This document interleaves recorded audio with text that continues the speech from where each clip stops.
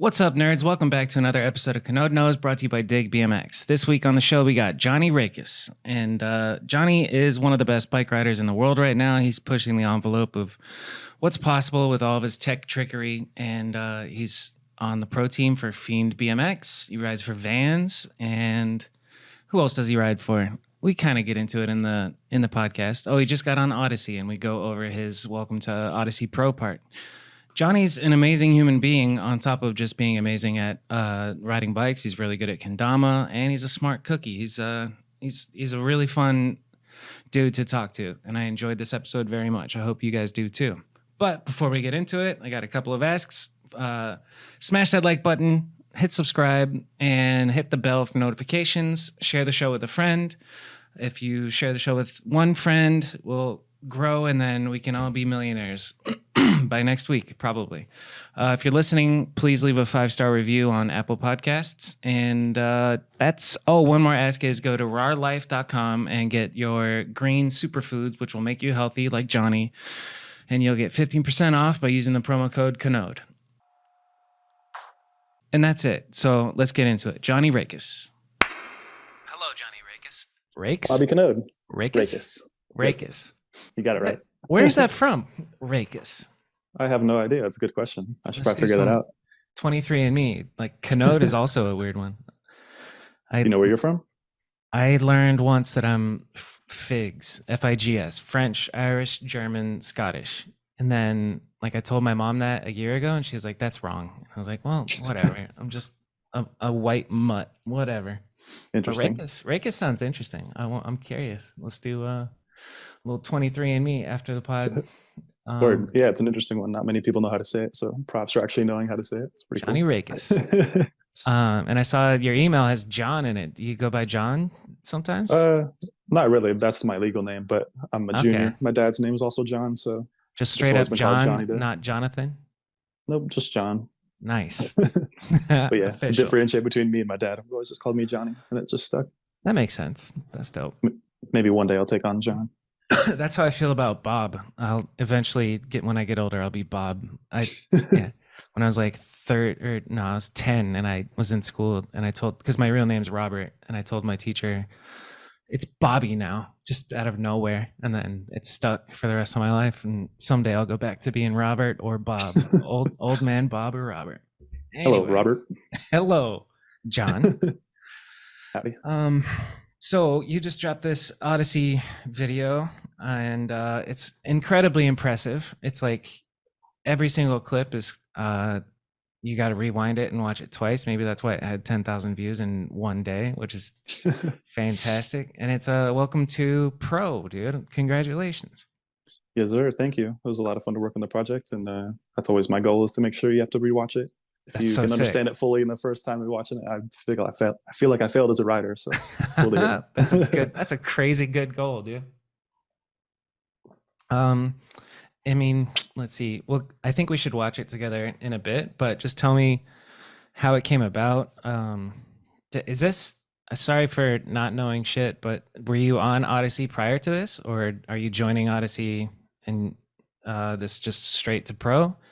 How long have you been talking with Odyssey or being a part of it? Yeah.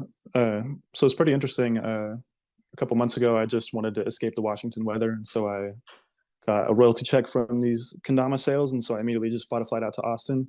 Sick. And initially it was just vacation, just to get out and get in some more weather and ride with homies. But I ended up leaving Animal around a similar time. And I've been joking around with some of the riders, like, I'm trying to get put on. I want to do trips with you guys. And so, I just hit up Zach Kramus, and we started having some preliminary talks. And then it was pretty cool how it how it all came together and how it was finalized. I was literally on the plane to Austin signing the contract, getting on. No shit. Felt like a gangster. Yeah. Yeah, that's fucking awesome. So yeah, so it was a did you buy a one-way ticket? Yeah, I did. Didn't know how long I was going to stay. Thought it might just be a couple weeks, and ended up almost being 2 whole months. So this all happened really fast. And now that you say Animal, I'm like, oh yeah, you were on Animal. What happened there? I'd just been on forever. It'd been like 7 years. It was one of my very first sponsors. Yeah. And yeah, I was just ready to try something new. Nice. And obviously our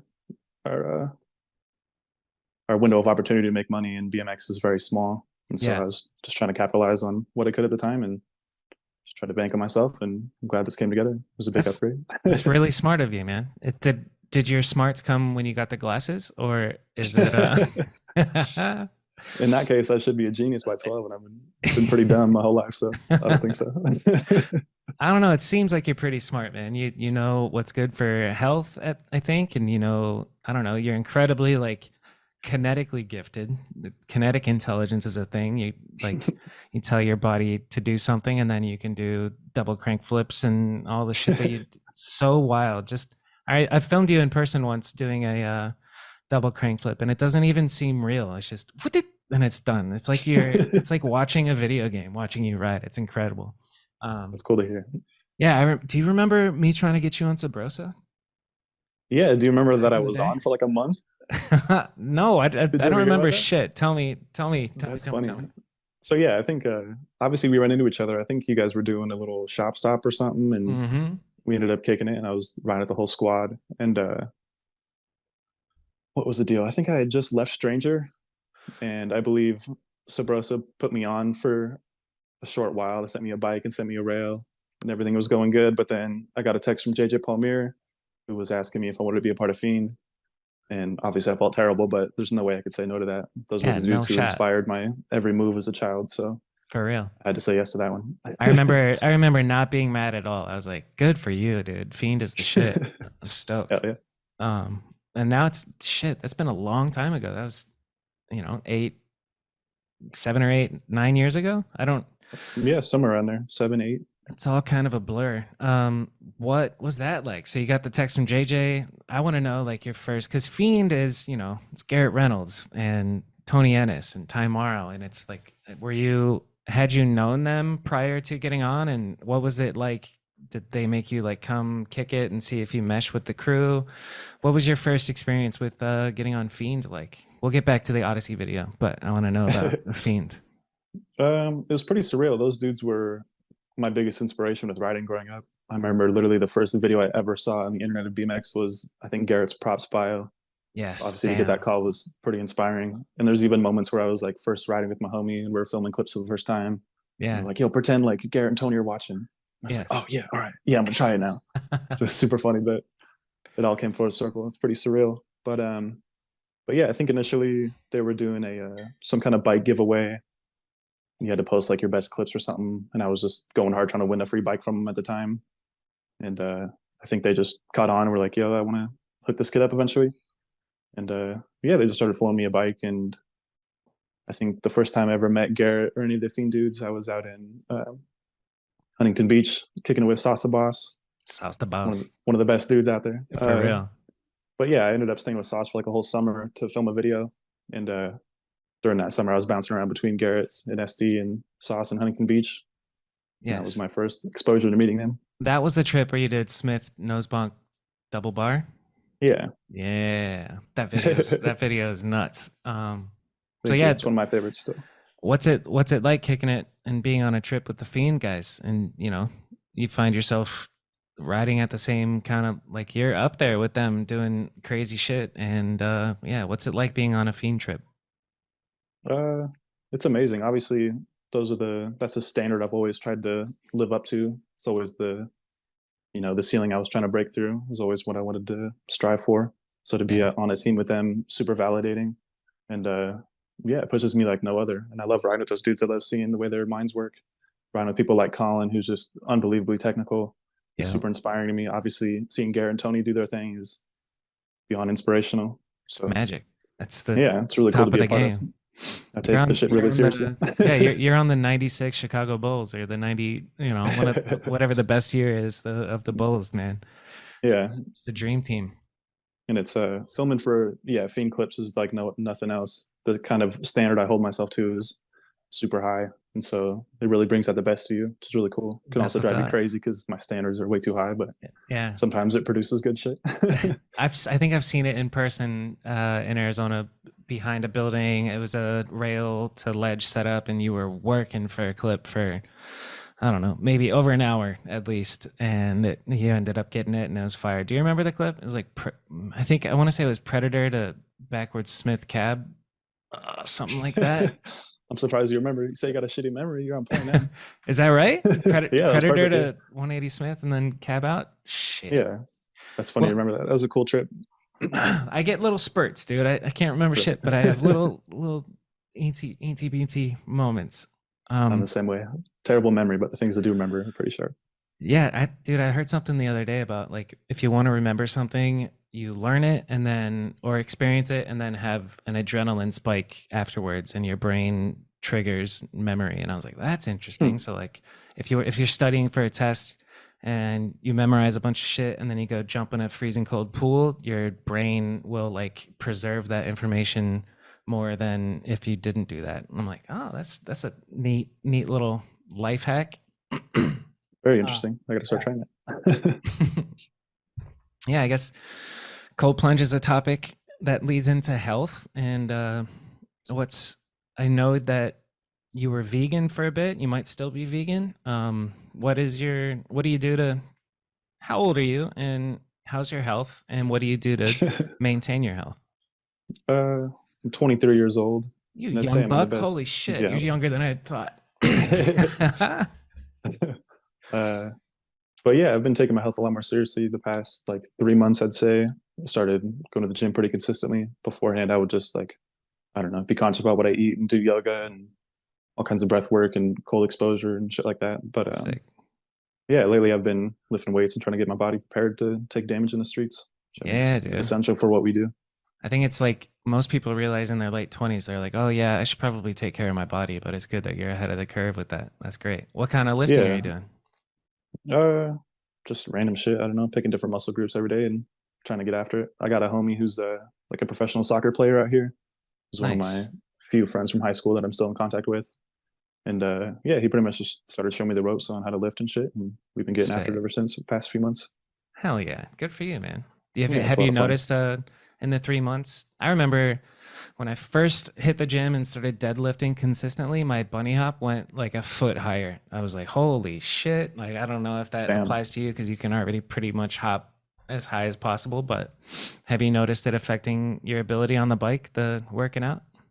100%. That's really cool. You can see the tangible growth like that. But yeah, I would say it was like just getting sore and being able to ride at a high level constantly. Like on this last trip, we're pedaling around all the time in Yeah. the streets every day. And I don't think there was a single day where I woke up like, oh, dude, I'm so sore. Like this is going to be hard to get after it today. I was Sick. just waking up ready to get after it every day. So How do you definitely, think you can prevent getting sore like that? I guess just, uh, working out like you said, but is there shit that you do at night? Like, are you still stretching and doing all the yogas? not as much as I should be, but yeah, I aspire to. And I think breathing is a huge part of it. Just taking conscious breaths throughout the day at all times. Obviously, there's different practices you can do to, really get into it. But yeah, just conscious breathing while you're riding and everything too. Staying Yeah, hydrated. dude. It's Simple so shit. easy to forget to breathe while you're doing a trick. I'll be circling around trying something and then I like, oh yeah, I need to breathe and then like think about breathing. So if somebody is new to conscious breathing or just, breathing exercises in general, what would you tell them to start with? um, it's hard to say what to start with. Maybe just setting aside a minute for something little, something easy that's attainable, and just picking a certain amount of time to follow your breath and to acknowledge when you inhale, note it as rising, falling in your mind, and just try to follow that train. Huh. And Yeah. just let all your thoughts go and focus on those. Are you But counting as you inhale and exhale or like what is it? Yeah, what are you thinking about when you're doing this breathing? usually just trying to focus as hard as you can on the sensation of the inhale and the exhale. But that's just like a gentle introduction. The steep path that I would suggest is the Wim Hof breathing technique. It's pretty complicated, but it's super powerful. And yeah, I can't recommend that enough. It's one of the most powerful things I've ever encountered in my life, and it's free to use. You don't need no chemicals. You don't need to buy nothing. You don't need to do shit but lay down and get high in your own supply. I've never tried it. I've seen somebody talking about it or demonstrating it. Is it through the mouth, like that type shit, or is it You double can. inhales? It's I try to probably a bunch do. of shit. You can do it different ways. Yeah, I try to do it through the nose and then out through the mouth. Okay. But it's like a very specific inhale you want to do. You want to do inhaling as deeply as you can, and then like a quarter or half of an exhale, and you do that for say 30 to 40 breaths, And then on the last one, you exhale fully, and on empty lungs, you hold your breath for like a minute to 2 minutes, and then you inhale deeply again with that same style of huge inhale. I would do it right now, but it'd probably be an audio nightmare. And then you hold that on full lungs for like 15, 20, 30 seconds and exhale again and start over. And that's one round. And I would suggest, doing like 3, 4, 5 rounds. Damn, I'm going to do that. Thank you. It's really powerful. Yeah. I've known about it, but I've never been told to do it. So I think that's a good idea. Yeah. It's pretty fascinating. The way you do the inhales are obviously as deep as you can. And the exhale is like a quarter to half. So you're literally just flooding your system with oxygen. Yeah. And then after you flood it, you empty your lungs completely and then hold with no oxygen. And it feels like all that energy just disperses out your lungs and into every other part of your body. Yeah. And if you do it long enough, it literally starts to feel like each and every cell of your body is like coming to life and vibrating and sick. I like the sound of that. Yeah, it's trippy. Yeah, trippy. Just like it comes up a lot, but the cold plunge is trippy. It's just a magical thing, and like I guess it's the same concept of like oxygen, but blood. Like it's your body pushing all the blood inside, and then when you get out, letting it slowly come back out, and you feel alive and super high on life. It's magical shit, dude. Yeah, supercharged, and it's pretty interesting. The dude who came up with that technique figured it out through getting cold, and he just noticed that you had to breathe differently when you're in the cold to survive, and then he slowly started taking that outside of the water, and then realizing it has all kinds of positive effects outside. So yeah, to get cold, I like to do that breathing technique beforehand.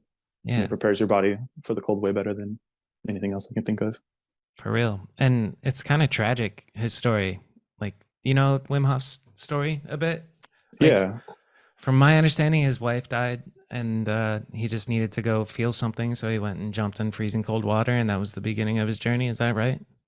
Something like that. Yeah, I think she might have even committed suicide, and it was so hard on his system that he needed to figure out how to help people, how to cure the sickness of sadness in ourselves, of grief. Shit, so grief and anxiety. I just had a kid hit me up on Instagram like, "Hey man, how do you deal with anxiety?" And I kind of told him cold plunge helps a lot, and rigorous exercise and cardio always feels good. Absolutely. Cardio sucks while you're doing it, but you feel better afterwards. I prefer, like, weightlifting isn't so bad during it, and but you don't get the high. The runner's high is a real thing after cardio. Absolutely. It helps a lot if you have a partner as well. It's kind of hard to push yourself cardio wise when you're alone. For real. And, I wouldn't do it unless I had this class where I'm surrounded by moms and like middle-aged women who are kicking ass, and I'm like, I'm not gonna get outdone by these ladies, Hell yeah, that's a good way to do it. They're like, it's not competitive, but in my head, I'm like, I'm gonna fucking beat these bitches. Ain't no way they're topping me. That's right. Shut up, Karen. I got this. All right. Get to the manager faster than you can. I'll race you to the manager. So let's go back to Fiend. And you've been on the team for years. You've had incredible sections and clips in a lot of their videos. What's been, like, of all the Fiend trips that you've been on, what was your favorite? And let's just talk about the trips for now.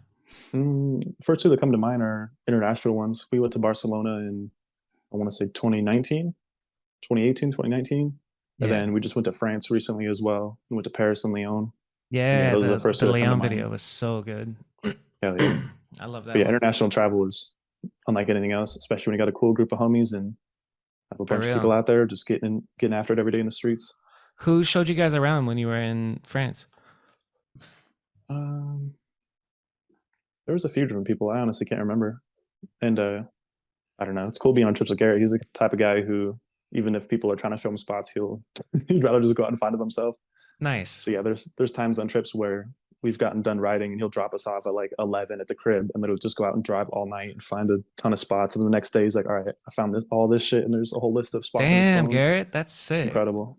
That's it's a side of it that not many people see. I think he's one of the most dedicated to finding spots and just dedicated to BMX in general, and it shows. Straight up professional.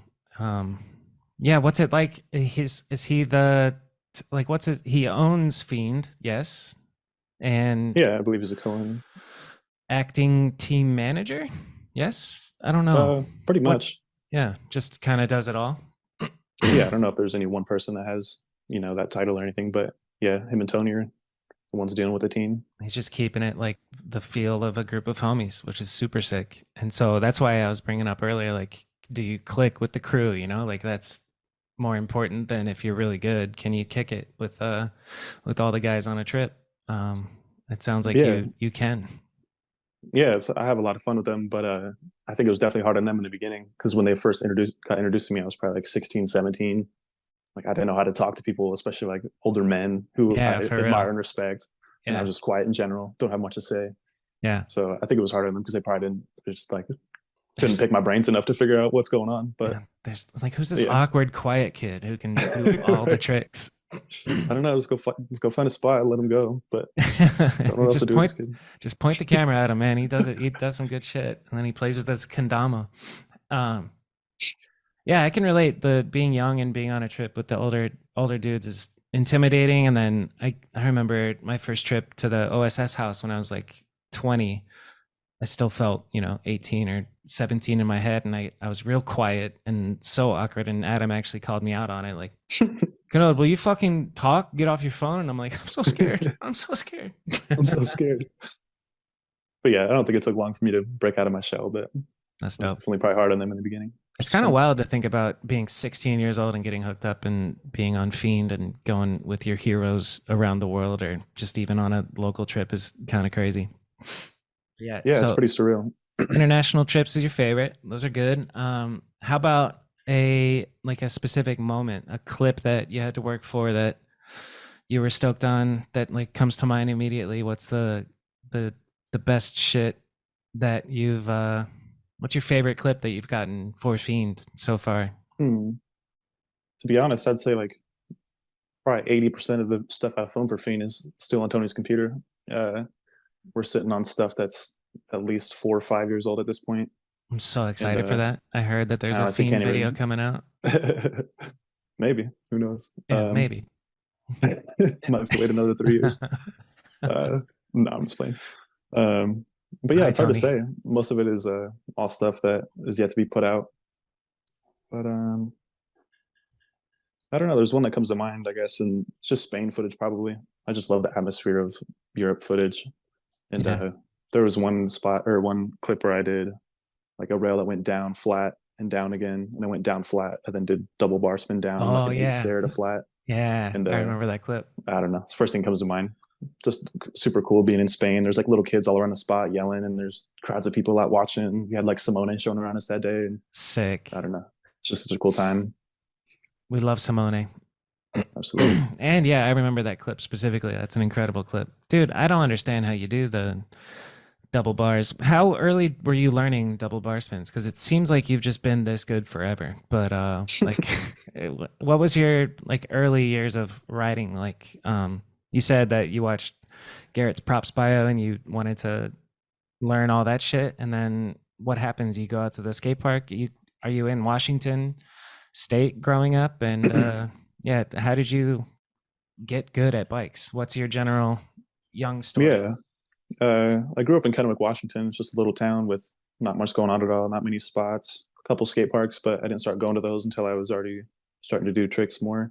It really just started with me cruising around town with my homies and realized that you can bunny hop around. And then I got exposed to BMX videos and I was like, oh shit, this is really cool. And started just doing tricks with my brother and my homies. And I think the real turning point where I was like, yeah, this is something I want to do. BMX is sick. I can do this was probably Garrett's deadline part.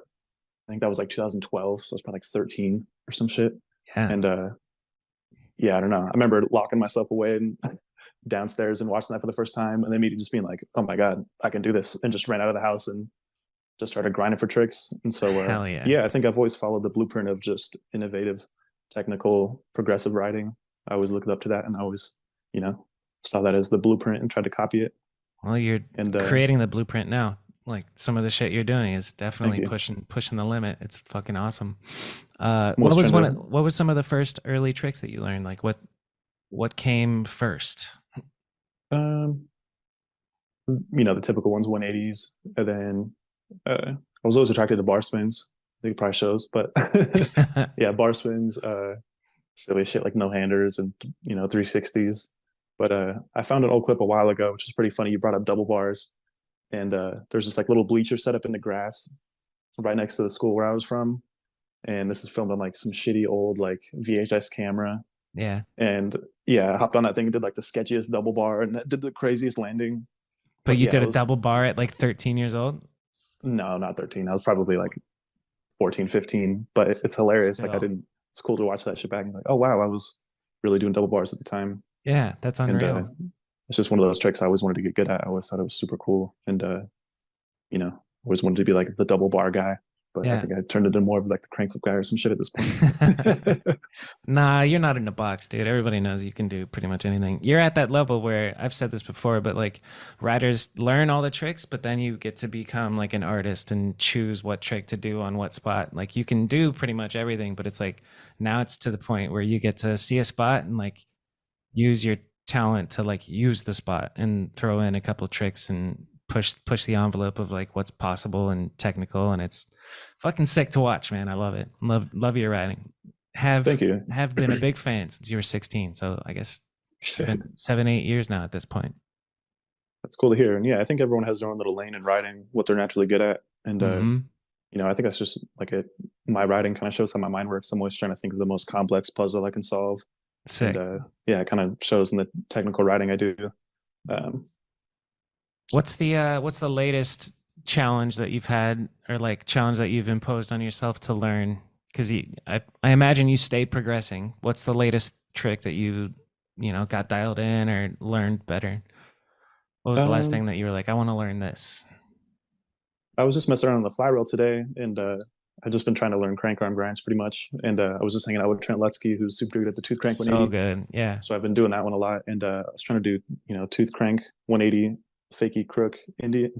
Oh. And, shout out to Donachie. He did that on a street rail to cab bar years ago, which is just Yeah. unbelievable. Yeah. But I don't know. I've always been mind blown by that trick. So once I started figuring out tooth crank 180, I was like, I need to figure out how to get into that. It seems impossible.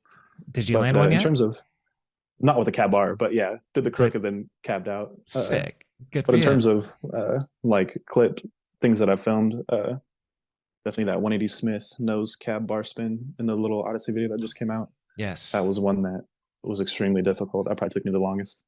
It's always funny because that's like the 3-second clip that most people could probably just glance over and not know what's going on. But yeah, that was funny how difficult. that works, dude. Nobody really knows like how much, especially the general public, dude. Like I'm trying to explain. I remember explaining like filming a full length video to, my mom or a school teacher and trying to explain like, well, why isn't it done? You could just go shoot. And then it's only an hour long video, right? And I was like, you don't understand what goes into 3 seconds. Like it's right. You're hopping fences and traveling or going from spot to spot. And then the clip is only, 2 or 3 seconds long and you have to fill up an hour and it's unbelievably like tedious. So I actually, when I was reading the description, it said it took 2 months in Austin filming this part. And how did it, that's what it is, dude. So like it felt like a Zach Kramus video. And then I saw that Trent filmed it and I was like, damn, Trent, you filmed the shit out of that. And like had a good vibe. It's that everything makes sense now that I'm looking at the description. Let's go ahead and watch it together, dude. All right. Yeah, it was a lot of fun working with Trent. We did an ends trip last year, and I think that was my first time being able to work with him. He's the shit. Yeah, it was really fun. I never get to like film with anyone who's like my age either. So it's, I don't know. Yeah, it's he is a new young experience buck too, huh? He's 24, 23, whatever. I have no idea. All right, let's get in it. I'm not going to have music so that we can be cleared on the YouTubes, but it's a beautiful horn song that Zach Kramus put in there. Did you what was the process for finding the music for this? Was it you just leave it up to Kramus, or did you have input? Yeah, I should have had more input. I have such a hard time picking music. And I'm always super picky on like what I do choose to send, but he sent me a rough draft with this song. I was like, oh yeah, that actually works pretty well. And it was like the first song that he suggested was the one we ended up using. Sick. We tried a few different other ones, but this is the one that stuck. It's pretty cool. It happened that's pretty usually how it organically. goes. Yeah, like your first gut instinct is usually right. All right. Right. So sorry if you guys are watching and it's choppy playback, it's Zoom. We'll figure out better technology in the future. Leave a comment if you know how to do it better. Here we go. So yeah, ended up filming almost like 2.5 minutes of stuff, and this is obviously a minute, but Yeah, there's what probably like where's the other stuff? I think they're um thinking about doing a mixtape or something down the line. Oh, okay, So we'll sick. have quite a bit of other things to use, but we just wanted to use the best stuff we could and have a quick minute that Yeah, I was love good and that. went by fast. It it goes by fast and then it's also like slow because you're focused so hard on it at the same time. All right. And dude, I forget I keep calling you the Pajama Panther on Instagram. Dude. I'll take it. I Your like it. style is fantastic, man. All right. Hell yeah. Shout out to Gecko Hawaii. They make these cool beach pants. Gecko Hawaii, dude. All If you're right. looking for So thin pants, I can take a beating. Check them out. that's the thing. Like it seems like you're pretty vulnerable when you're wearing these pants. Like shinners must hurt like a son of a bitch. But yeah, fuck it. You're rocking it. I mean, I got a secret. I wear pads. I got a shitty kneecap.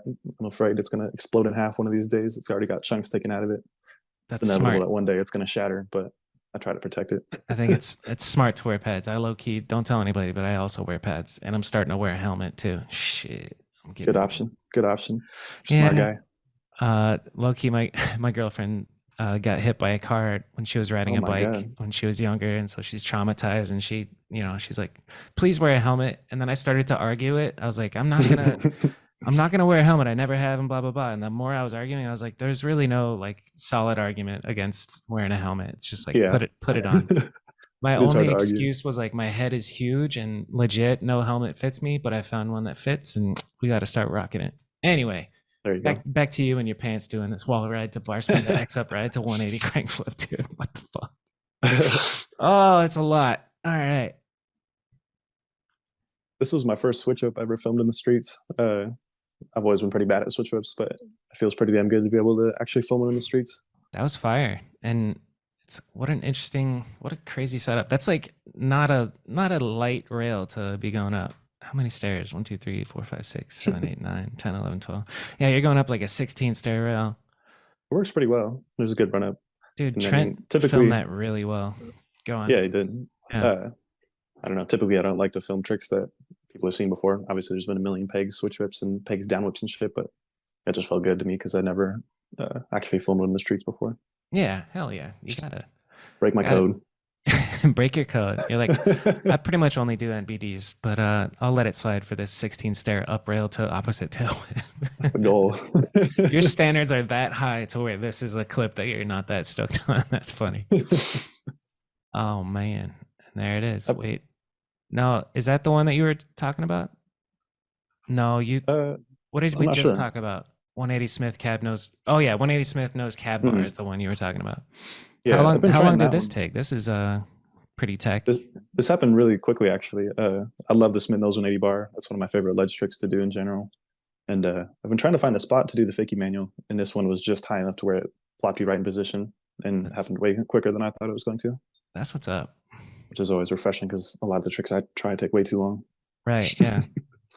I I mean, I'm not on your level of riding, but the tricks that I film usually take me a long time too. And so like most of the time I want to go out with a filmer literally by myself, just one on one, and then put in the work. Like I kind of shy away from trying shit in front of people.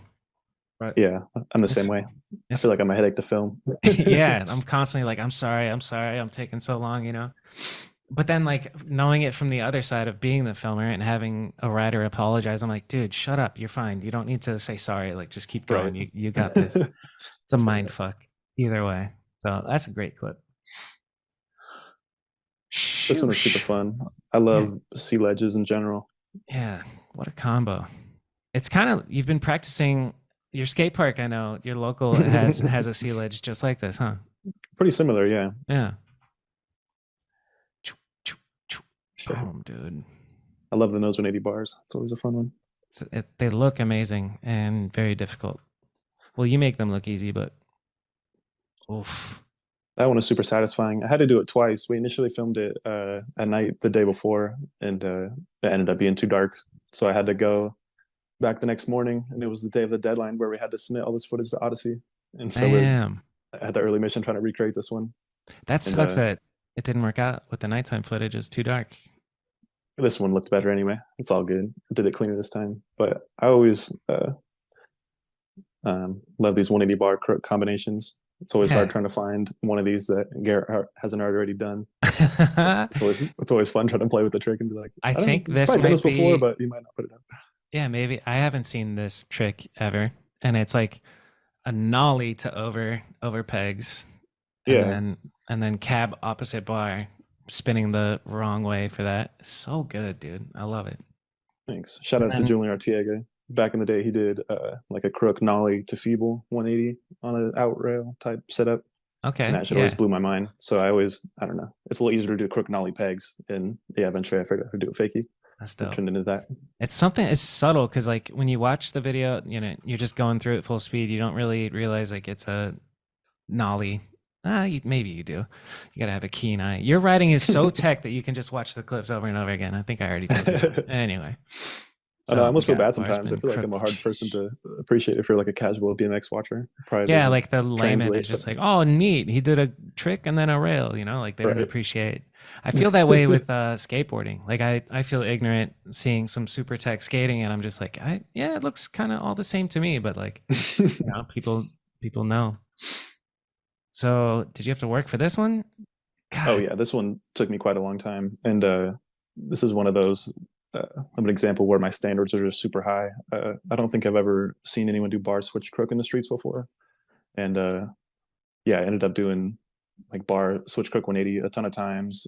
Randomly did bar switch crook 180 bar one of the times, but I love trying to take something that no one's ever done before and then adding another layer on top of it. It's Shoo. like, someone's gonna catch the bar crook tricks, but you're gonna have to tail up out if you want to, And honestly, like the way you landed it, where it's like clearly difficult, you know, and you swerve right away, it makes it so much better.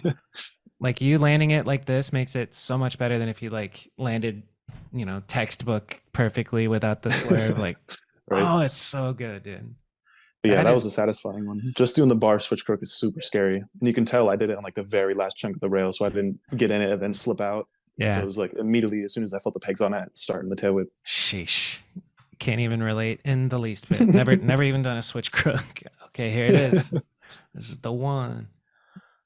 Boom. Yeah, that one was super super gratifying. But I don't know. I I'm, take pride in my patience trying this shit, and if I get mad at the trick, then it's like I already feel like I lost. And unfortunately, this is one of them where I got mad. I was ready to throw my bike and shit, which I'm not proud of. But very rare, but it happens to the best of us. Do you think I love that idea of like being able to try something for a long time without getting mad and just controlling and staying focused. Do you think your Kendama career has helped with that absolutely, mentality?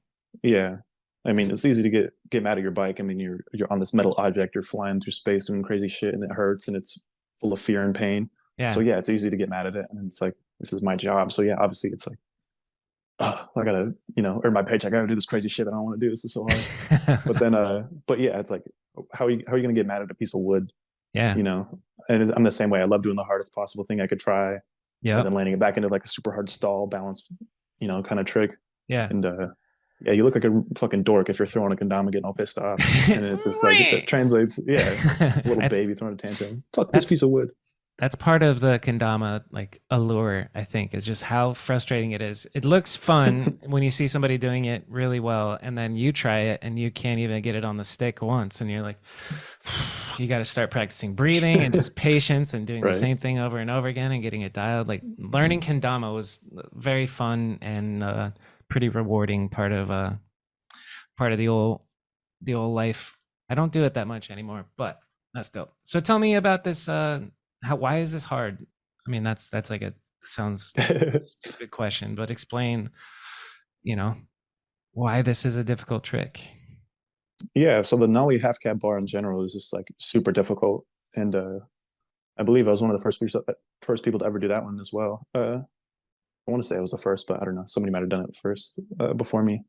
But yeah, it's one of those things where you come up with something new, then you want to just add layers and layers on top of it. Yeah. And this is one of those tricks that I knew was possible, but just super confusing to try. Uh, Obviously, you have to get in the right spin into the 180 or the right 180 into the Smith.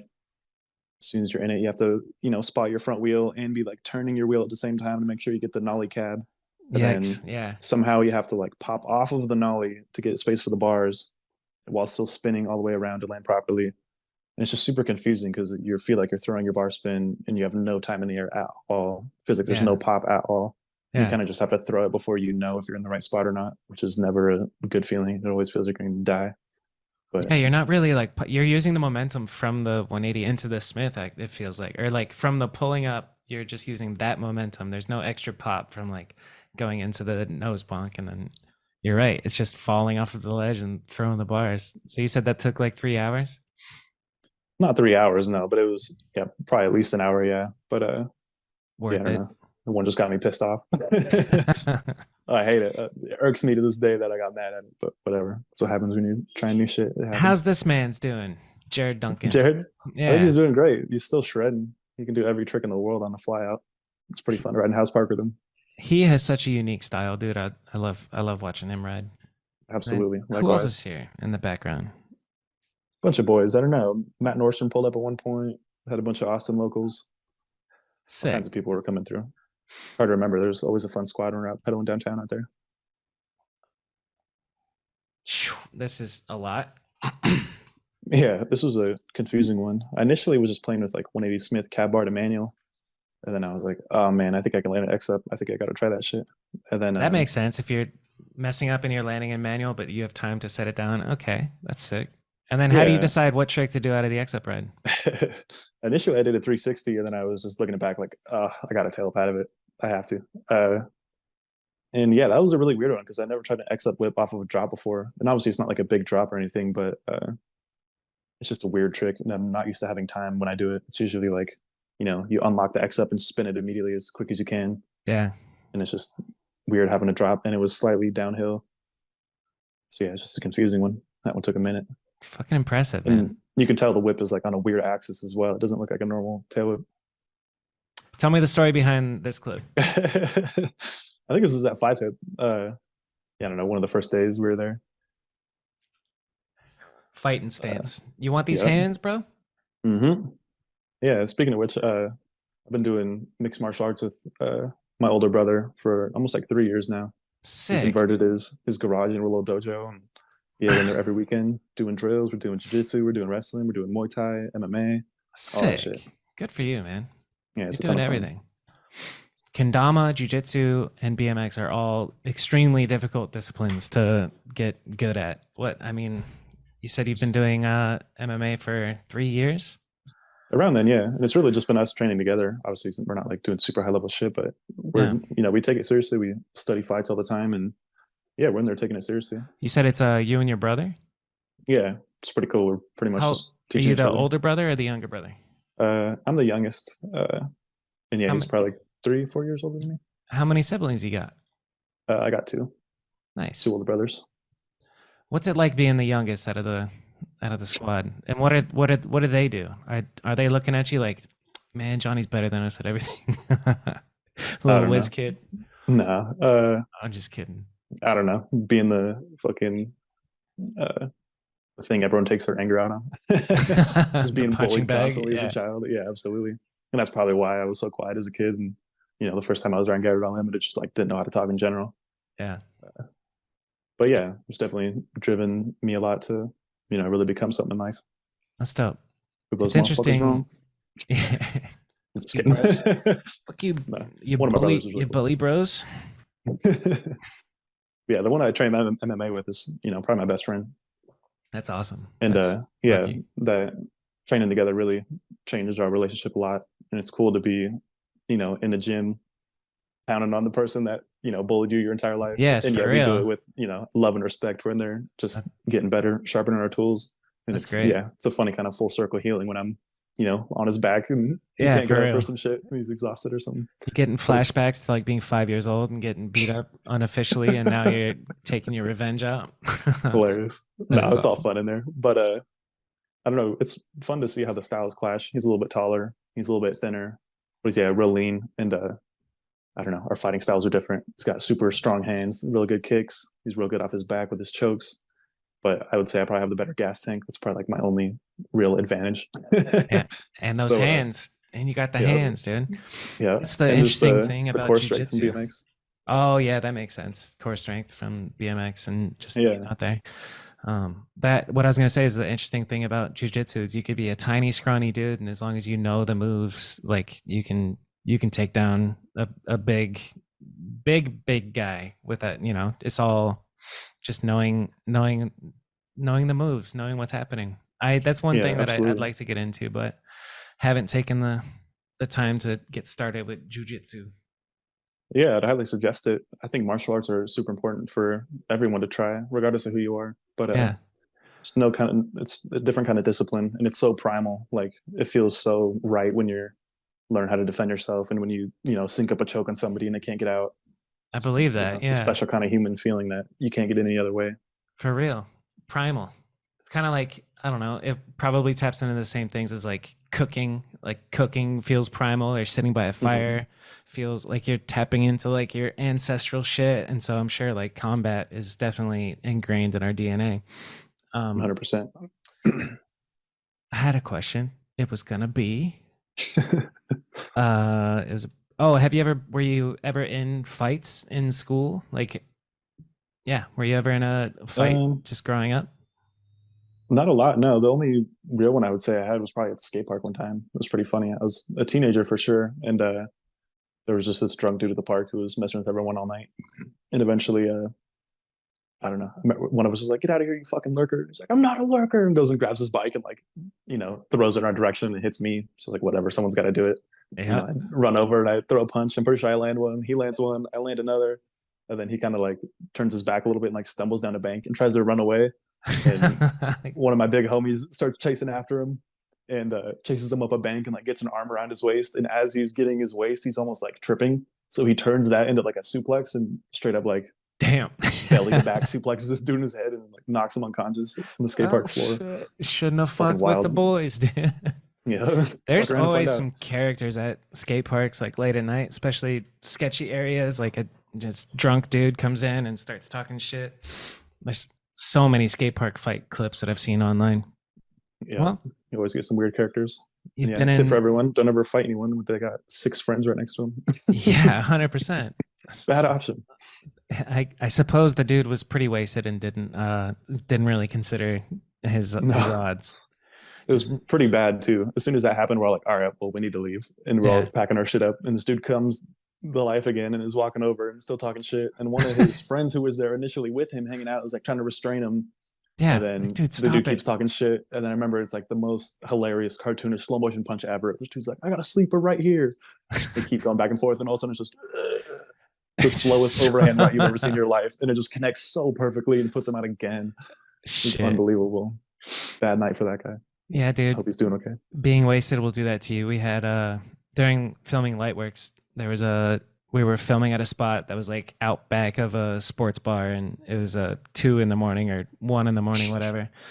And a drunk dude just kept like encroaching on us and talking shit and calling us out. And then we ended up like it was me and 5 people, and I forget who we didn't even kick his ass. We just picked him up. Like we physically restrained him because he was so drunk. He was just all over the place. And we just picked him up and we went over to a dumpster that had like a bunch of cardboard in it and just gently laid him in the trash and left him there. Like sleep it off, buddy. It was wild.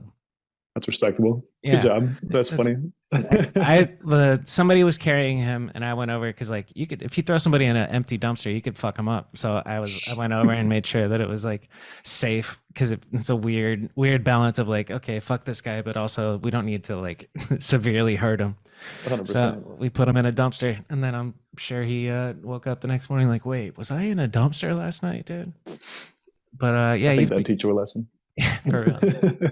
You've definitely Oh, you've been in more fights than I have. I've never been in a fight in my life. Which is why I want to do jujitsu, because if something comes up and like I got to protect somebody or mhm. protect myself, I would like to know.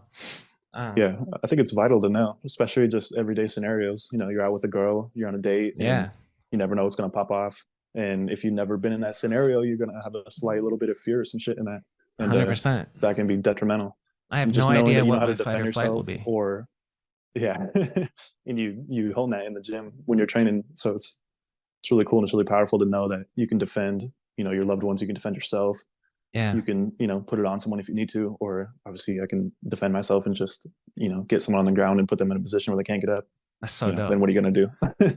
How did it start for you? Was it just with your brother, or did you like go to a gym and take a class to start? Like, what should I do? Well, I think I should go to a proper gym and get, I don't know. What do you do to get into jujitsu? I would suggest, going to a gym, but I personally never did. It was literally just me and my brother being fans of MMA and being curious, and just wanted to figure it out ourselves. And got a pair of gloves, we got a pair of pads. We just started learning how to throw punches, started learning to learn combos, started learning the kicks, started playing with wrestling, started doing jiu-jitsu, mixing it all together. And I don't know. For us, the formula was find a homie who's just as down as you are, start learning, start figuring stuff out, start studying fights. Dude, but, that's awesome. Yeah, for the average person, I would say, just go to a gym. Obviously, it's hard to find a homie like that. Yeah. But there's usually a gym in every city. I have never been to one personally, and I have been wanting to. But never been. That's wild. It's just me and my brother honing shit together. Yeah, you built your own. You'll probably own one in the future, and you've never been to one. That'd be awesome. But yeah, it can be intimidating, obviously, going and rolling with a bunch of people. So I'm excited to break the ice, and I got a couple tools of my own going in there now. So it's not like I'm just going in there not knowing anything. So it should be fun. Well, bring your gi. Do you have a gi? No, we do like no gi stuff, but we just wear like rash guards, stuff to where we don't, scuff each other up like crazy. Yeah. What's the biggest? You see my neck's all scraped up from training. Look at that. Yeah. From being fighting a off rear headlock naked chokes. Yeah, you know it. Shit. Well, speaking of getting into stuff, let's talk about the kendama journey, because you're incredible at that. How did you start? Was it because of Reed Stark? Because you know it. Yeah, me too. Reed is the kendama lord, and he absolutely blessed everybody. What's I say Kendama connects worlds, and Reed is absolutely leading the charge of doing that. Just put on a 100%. Whole sport, whole action sport, fucking community in general onto it. It's pretty incredible. It is. So were you just hooked from the beginning? Like, tell me about, Yeah, it was another one of those things that's pretty surreal when you look at it full circle. Garrett was the first BMX video I ever saw, and now he's my boss, one of my good friends. And then in the same way, I was in Simple Session in Estonia. I think it was 2019. And Reed Stark was there, and Cooper Eddy, who's a professional kendama player, who's from Washington as well. Yeah. But they were both there, and they, gave me my first Dama. And I just fell in love with the learning process. It's very similar to BMX, except it's, without all the pain and fear and all that. Dude, the pain of BMX is so real. So it's a similar learning process. It doesn't need as much, obviously, because you don't have the danger and fear involved. So it's not like you get that crazy high, but it's just the same learning process. It's the same way to figure out all the tricks. So it's super addicting.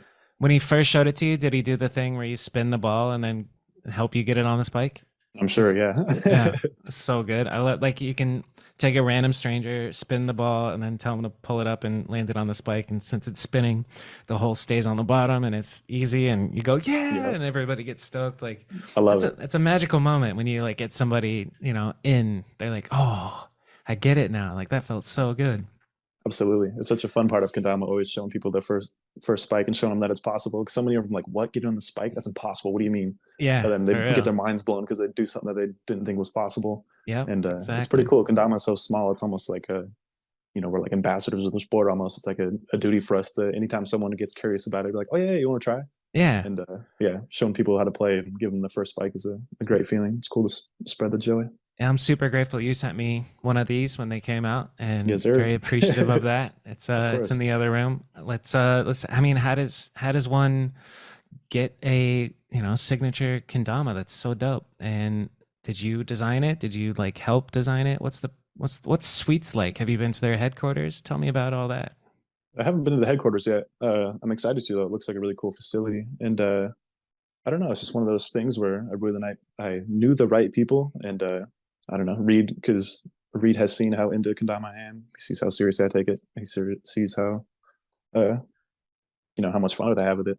And dedicated. So they offered to give me my own, and they gave me pretty much complete creative freedom to do what I wanted with it, which was pretty incredible. And I went with sacred geometry as like the main theme. Love that. yeah, I had a ton of fun designing it. It's kind of hard to decide on what to do because there's so many different ways you can go about it. Yeah, But for real. I picked some colors I thought looked good: white and gold and black. Some exposed Classic. wood. Can't go wrong. Yeah. Yeah. And I was kind of worried that I was asking for too much because I put a ton of engravings on the can. Um, and just had, yeah, I don't know, a bunch of ideas, and they were very gracious and let me do whatever I wanted with it, pretty much. That's it. How much are Yeah. they and how can people get them? Yeah, I think they have two different paint finishes. This one's like a sticky clear. This one's a cushion clear, just like a soft rubbery type. This one's like $60, I believe, and this one's 40, I want to say. So And do the pros use the sweetscondomas.com. $60 one? Is that the soft? I Soft think it's is just better? preference. Okay, It's just preference, really. Yeah. They're different in their own right, but And I they're interrupted both what fun. you said, sweetscondamas.com. Sweetscondomas.com. That's where to find them. And they Dope. just restocked this one. They sell out pretty fast. If you want one, hop on now. Hell It yeah. ain't gonna last long. Is there a Johnny promo code or no? Not that I know of now. Okay. But Or it directly helps me, and it helps me a lot. And it provided me a flight to Austin, which I True, brought you yeah. that video. So if you want to see Yeah. more footy, keep buying them. support Johnny by a kendama. That's dope. Yes, dude. sir. And something clicked when you just said that because you said engravings on the Ken. And I was like, hold on. Is that what kendama means? Ken stick and ball is Ken stick and dama is ball? Yeah, the ball is tama in Japanese, and ken in Japanese is sword. So it's like ball and sword toy. Huh. Dope. That's fucking Yeah. awesome. For something so simple, the possibilities are like seemingly endless. When I was getting into it and just learning simple, the bird was a very Right. hard thing to learn. But like when you look at pros, it's like, oh my God, like this, like you watch Google, what's something that if what's a trick that somebody could search on YouTube and they'd be like, if they're just getting into kendama, what do they search on YouTube? And like, what's your most mind blowing shit that you've seen? The first thing coming to mind is a trick called a tightrope. Shout out Cooper Eddy. He's one of the first people to, make variations of them. And he's the guy I was talking about who's from Washington. It's a trick where you start off with like your finger pinching the string and your hand holding the ball. And then they swing the Ken up and balance the spike on the string. And will literally, with no hands be balancing it on there. And then they'll like find a way to juggle it off and spike it. Unbelievable. I do not understand it in the slightest. Have you tried it? It's incredible. People. Yeah, fakely. And you could like Yeah. fakely tap it on the right spot and be like, oh wow. But yeah, Yeah. To unbelievably hold it difficult. It there seems like seems unreal. incredible. And it's so funny. It's so fun learning kendama tricks and thinking like, oh, I might be onto something new here. I wonder if people ever do this. But then you go on Instagram, you'll see like some 13-year-old girl do like 13 more layers added onto the thing you thought was new. It's so humbling. It's so cool to see. Yeah. It is infinitely possible. Like, and I think it's so interesting how with the internet and Instagram and YouTube, like just beginning something, you can see what's possible. Like the fact that you're so good has a lot to do with the fact that the internet came around and you got to see Garrett Reynolds, like when you were young and like fresh, your brain's like learning everything, and you got dedicated and you saw what was possible, and then you're even taking that further, and now people are going to see what you can do, and they're 12 years old, and then they're like that one young, I think he's Japanese kid, Yeah, Sasuke. yeah, he's so Hayata good, Sasuke. and he's however many years old, and he's like already doing like swaggy full cab bars and like half cabs down big sets and stuff, and it's Right. just like, dude, the future is gonna be so sick. Ice hard with navies on ledges and shit. I Yeah, can't even do that. It's incredible. Ice hard when A's you can't do, huh? So you are human. So you're not a robot.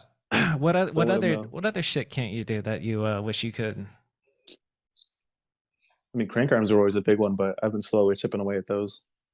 Are you doing them where you're only on the crank arm, or are you locking in with the pedal like I think there's a little Like Ethan. a little bit of a lock in there. It's like a pedal crank pinch Yeah. somewhere in there. Yeah. But I don't know. Once I realized that two crank 180s were fun as hell, I stopped kind of going straight with the crank arms and just started doing those. Sick. So I don't Do you know. think That's one I got to chip away at more. You think tooth crank is easier than just straight crank? For me, yeah. But it just works so well, like pops you out with the 180 so well that Yeah. it just seems so natural. How With the crank, about- there's just like a lot of mess ups you can do and get caught up really It's easily. such a small balance point that it's pretty spooky. Like Ethan Yeah. makes it look just casual and fun, and it's just like, what? That balance point is Yeah. tiny. it's so fun riding with him because he'll, approach a rail and he's not gonna, for us, we're like, oh, that's a cool rail. Maybe I'll double peg it. Yeah. Like his crank arm is like his double peg. Like he would It's rather so probably crank crazy. arm Yeah. with double peg, I would think. It's So it seems like unreal. on the outside at least. And he's Must be just nice. mastered bailing it. Like I watched him, I've seen him do a couple in person down some decent rails, and I'm like, dude, that's unbelievable. And he just gets out of it like nobody's business. Um, Crazy. what other tricks are you working on there that you can't do? Hmm. I'm not very good at nose manuals. I do so many nose bong tricks, but like I can't hold a nose manual to save my life for more than like 10 feet, probably. That's a tough one, dude. They It's very people tough. Yeah. like I everybody know you makes it got look so easy. them. I had them, but then if you stop doing them every day, they go away. If I Yeah. I get locked into a nose manual mode. Like if I'm gonna go ride, I was just at the skate park a couple of weeks ago, or I don't know how long ago, and I'm messing around, riding everything, doing 180s, jibbing around manuals, and then I'm cautious nowadays of getting locked into this like nose manual like black hole, because then all of a sudden everything disappears from around and I'm just going in a circle trying to nose manual a pad and it just never 100%. ends, dude. It's probably the most addicting trick, that because the feeling of like locking into a good one and holding it is so good, because it's like, oh yeah, it's Right. another one of those It's balance points. such a delicate balance point. It feels so surreal anytime it works. You see Courage's 180 bar spin to Silly. fakie nose manual all the way around, like So crazy. It's silly is right, dude. It doesn't even seem real. Have you gotten to ride with incredible. him? I think I think we wrote a contest one time. I think we wrote Symbol Session, but I don't know if I've ever really got to just like kick it and have a session, jib around. Yeah, He's one of my favorites to watch though. I he's can't fucking. understand the nose manual shit, so to see someone do it backwards like that with a bar spin is just Yeah, dude. amazing. Like just doing it, if even if you just 180'd and then lift it up into it, it's still super impressive.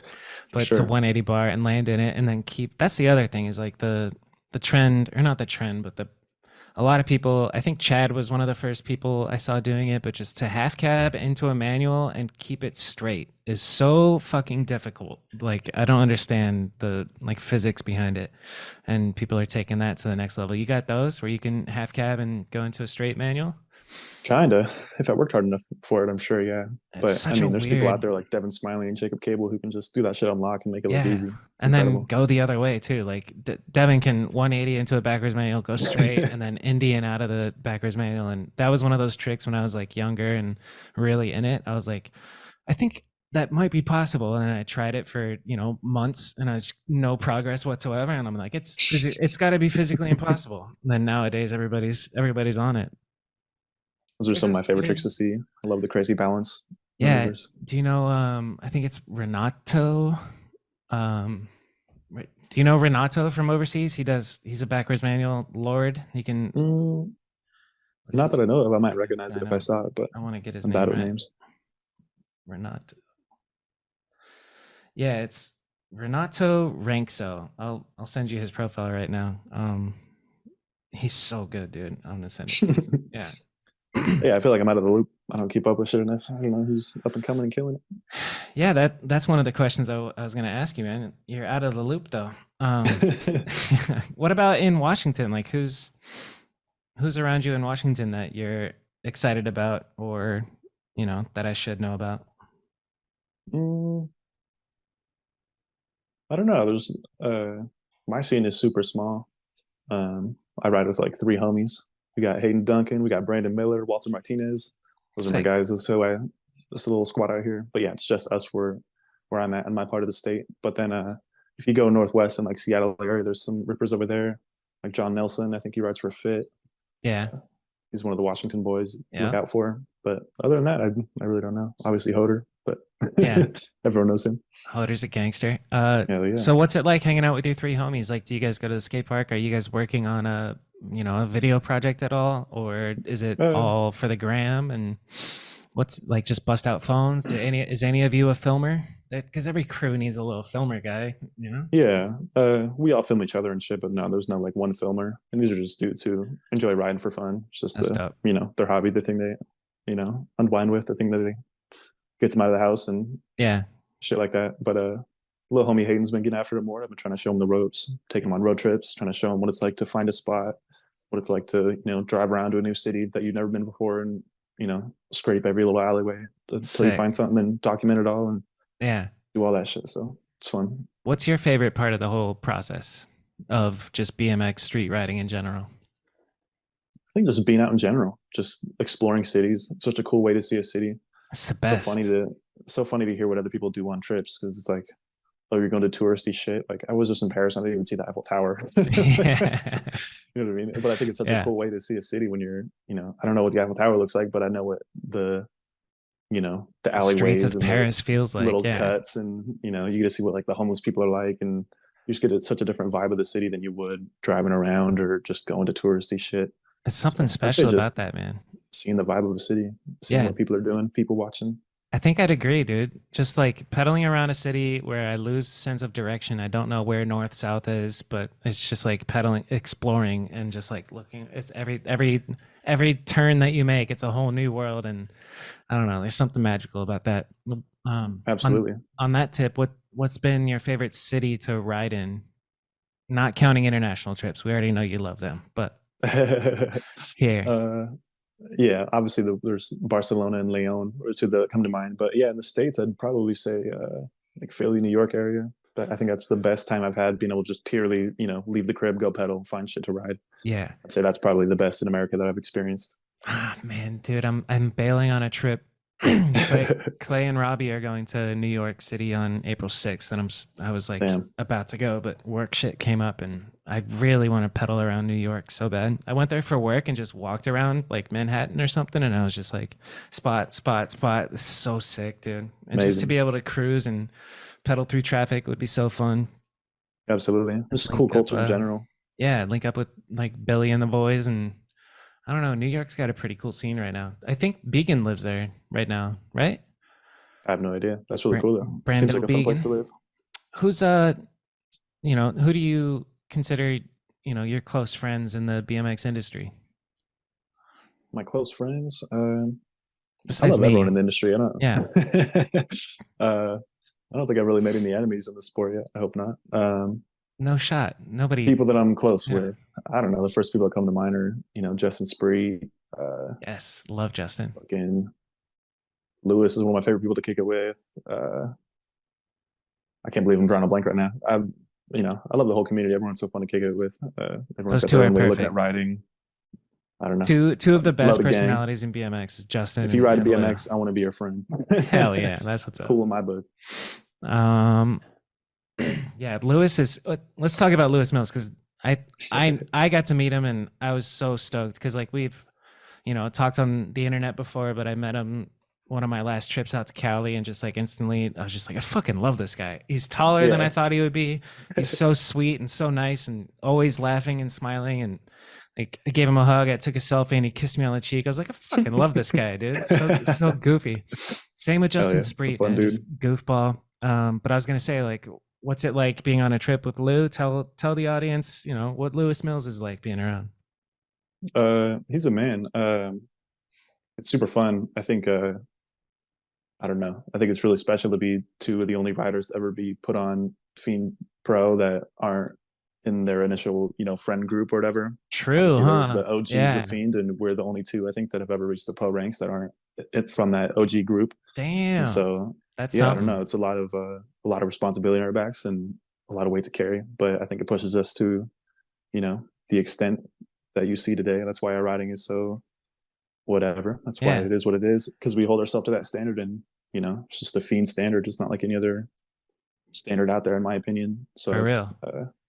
I don't know if it's competitive, but we're definitely pushing each other constantly. And That's dope. I don't know if it's competitive on the surface, but like deep down, I think we're all competing for the same spot. We're all trying to carry on that legacy that Garrett bestowed on us, pretty much. So That's real. it's That's very legit. fun, Yeah. and it's pretty cool. Full circle thing to mention also is I'm pretty sure his first time coming to America to ride was he was staying with Sauce, and that same summer I was staying with Sauce.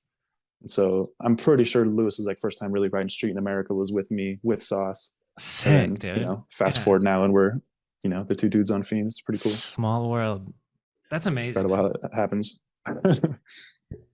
So elaborate on pushing each other. What does that look like in practice? I think it's just feeding off everyone pushing themselves. just the standard we hold ourselves to is so high when we're working on a Fiend project, and it's just it's just in the air. We just know that we're Yeah, it's like trying to do some special unspoken. shit. Yeah. We're trying to carry a lineage that we care deeply about, and so it's just an understanding that we need to bring the best out of each other, bring the best out of ourselves, and Yeah. just get down however we can. Do you guys, so like I love both elements of being with a crew, that you can just like be encouraging and positive and say really nice things like, you got this, bro, you're the best. But I also really love talking shit in a really like, if it comes from a good place in the heart of just like, you suck, dude, you don't have Right. this. And then that's my favorite. Like that type of shit talk. Is that the vibe, or is it general positivity? Like what do you prefer if somebody's like at a spot with you? I've seen you just get locked into the zone. There's no real talking to you. Like you're kind of zeroed in. Yeah, it takes me a lot to find that focus, but yeah, I'm super concentrated when I'm in there. And what I described sound like super heavy. It's not like we're sitting around like, oh, we got to be the fucking no, the I people didn't of generation. take it as But heavy, bro. It's very lighthearted, and we're having fun. We're fucking with each other. It's always poking fun. Of course. But yeah, in terms of like the best shit talkers out there, I think Sauce is the best at that. 100%. I've never had someone who just makes me laugh more and just makes you like believe in yourself in a way that's hilarious, because it's just like, the fuck are you doing, dude? Throw the bar spin. Like, it's gonna work. What do you mean you're scared? Or just like shit like that. It's so funny and so blunt and so honest that it's just like, you know what? Yeah, you're right. All right. I'm gonna throw the shit. Fuck you. Exactly. It's like, I can do it. Fuck you. You're right. There's something magical about Sauce, man. And he's put that energy into real estate investing now, which is super dope to see him succeed in that. And so, yeah, Sauce is balling. If anybody in BMX needs to borrow money, hit up Sauce the Boss. It's pretty cool. Yeah, I don't know. There's been a few heads throughout my career that have, just did so much for me that I, can't think of enough for. And Sauce was, I think, the first person who ever really filmed like a real project with and let me stay on his couch for 3 whole months.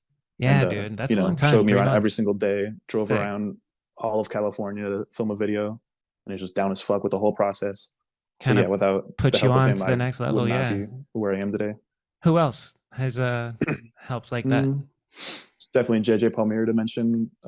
He's a good one. He's the first person to reach out from Fiend, and he's inspired me a lot to be smart with how you take care of yourself early on in the career. Yeah. So I've been trying to be health conscious and just careful about what I do with myself in terms of risk reward of trying tricks and shit like that.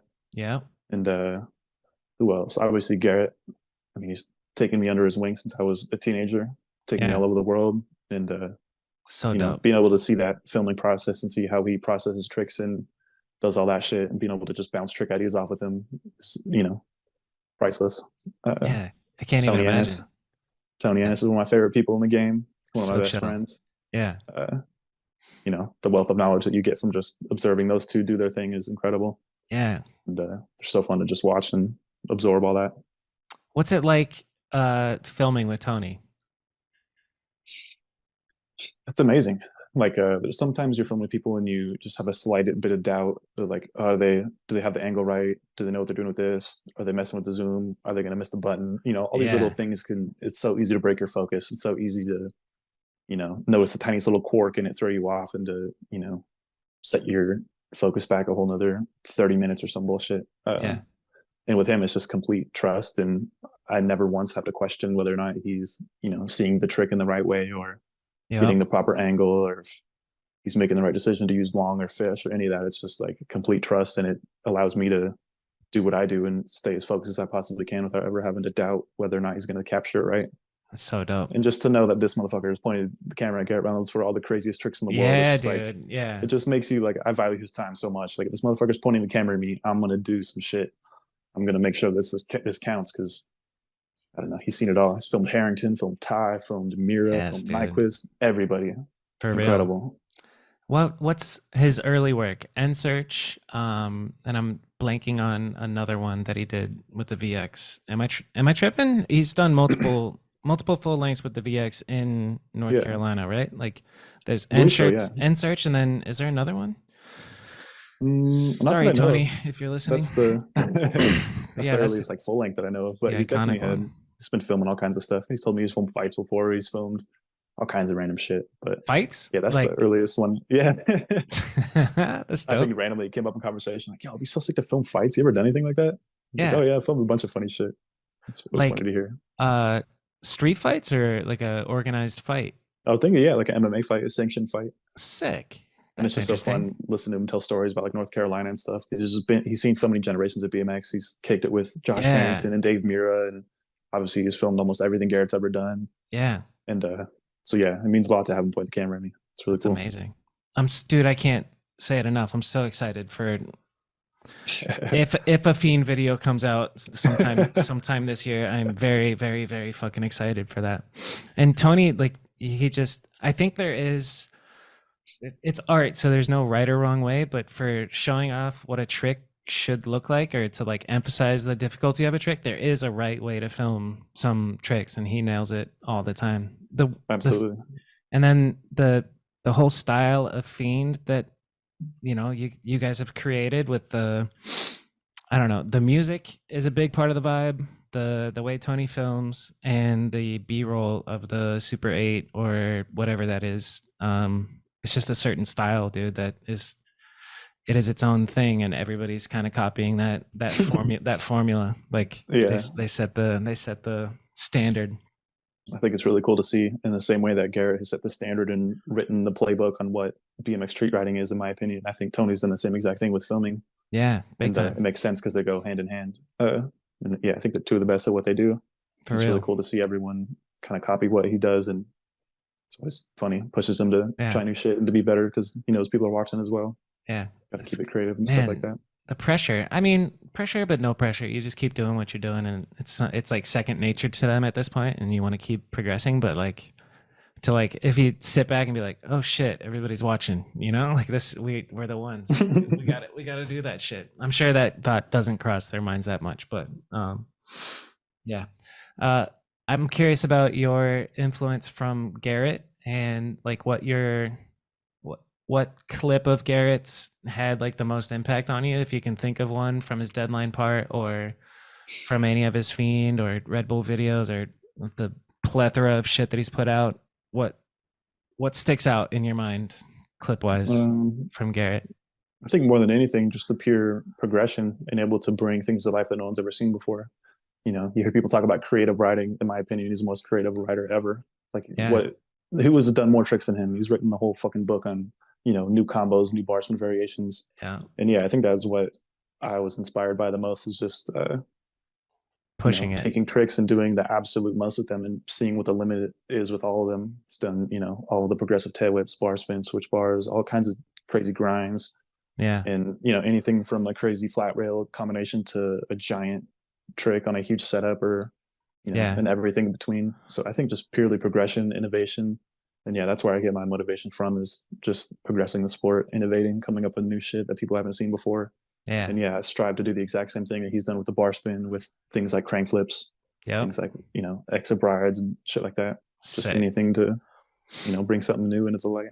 Yeah, I think the X-Up ride is pretty hot right now. A lot of kids are doing that shit, and to the point where like some kids at skate parks are just like literally coming out of the bowl, doing an X-Up ride, going like a mile, and then just pulling out of the X-Up ride back in. Right. And I'm all for it, have fun, but I'm like, damn, dude, do something. It's so funny because to me, like, it's honestly not even a trick I like to see very often. Like, it's kind of hard to make it look good or like do something cool with it. So I don't know. I'd like taking the challenge of like doing tricks that are kind of silly or kind of maybe not so hard, and then trying to see if you can do really hard and difficult things with them. Well, Same thing with like a crank flip. You do a great job with it. Yeah. Thank you. Like a crank flip is relatively like pretty easy compared to a lot of tricks, but I don't know. I enjoy trying to take it to the extreme and do the hardest shit I can possible with them. Yeah. Same thing with the X-Up ride. The way that you do X-Up rides and keeping it like over a short distance and making it part of a combo is dope. Like the thing that I don't necessarily like is a long X-Up ride. It feels like I want to blow the whistle and say, traveling, like stop it. 100%. All right, dude, you're not doing anything there. Yeah, if it's not quick, it's definitely like you're kind of stalling a little bit. And just scream at him. That's not it. That's funny. Unless it's backwards. Holding it backwards is dude, pretty hard. But other than that. I've seen some full 180 and land in a fakie X-Up, like no landing and then X-Upping. Like landing in a fakie X-Up is kind of absolutely insane. Can you do that? Yeah, I Sure, can. you can. Yeah, Yeah, I have fun with those. I can like bar spin into them and shit too. But you it's can 180 bar to backwards yeah. X up ride. Um, but it's super cool. I was just riding with this dude. I believe his name's Reed in Austin, Texas, and yeah, he's taking on the X up thing as his own, and he's doing all kinds of crazy X up, fakey X up variations, and controlling them and full cabin out and doing all kinds of crazy shit. What's his name? Super cool to see. I think his name is Reed. I'm not sure. I'd have to find his Instagram or something, but I think Well, it's yeah, I don't know if it'll come up. REID, REID. Austin, Texas rider I just met. But yeah, Reed it's always cool T. to see people. Sullivan. Reed is really bad. Reed Yeah, I Harper. think it's that one. Reed is Reed really is really bad. bad. Yeah, I he's wanna got say, Casey yeah. Case as his profile picture, so like Netflix did it. Makes sense. Hell yeah, excited. You just But yeah, if you want to see some cool X up shit.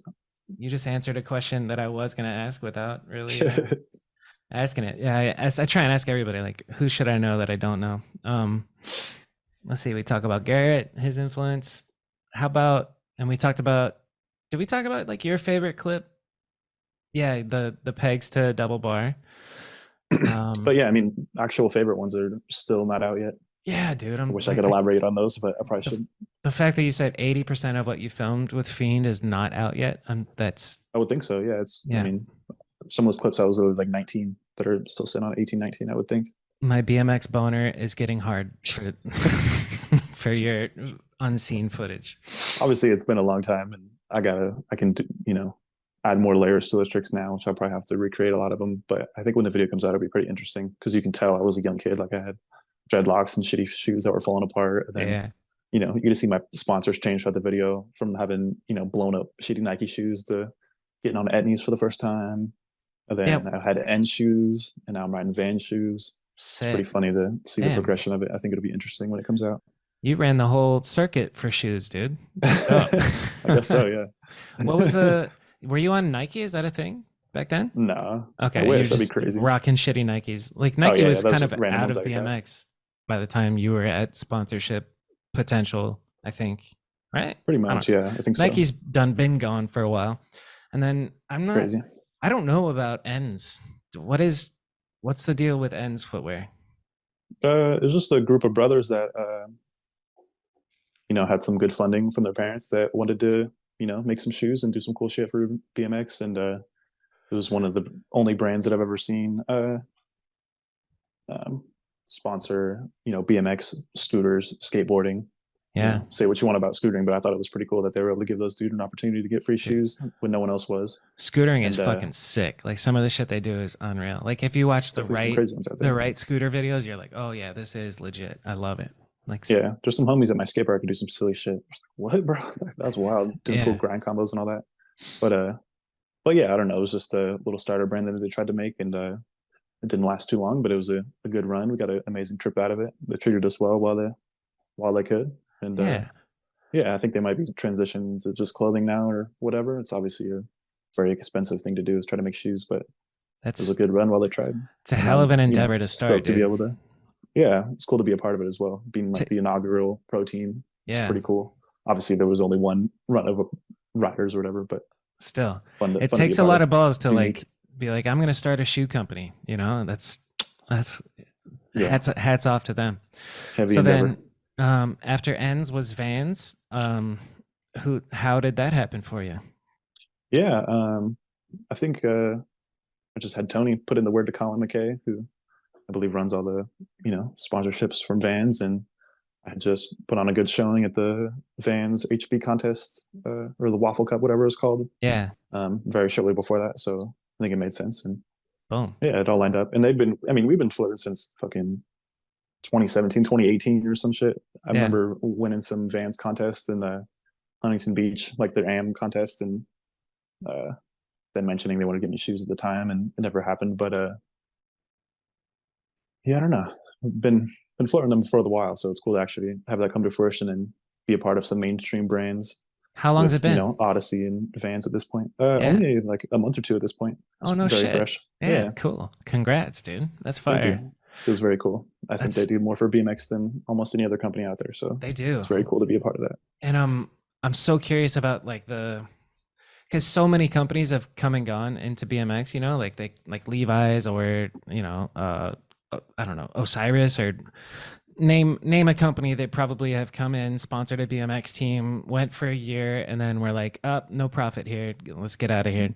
Like, Yeah, I wondered what companies are thinking when they like make the investment into like having a professional team and the the ROI of BMX, because it's such a niche.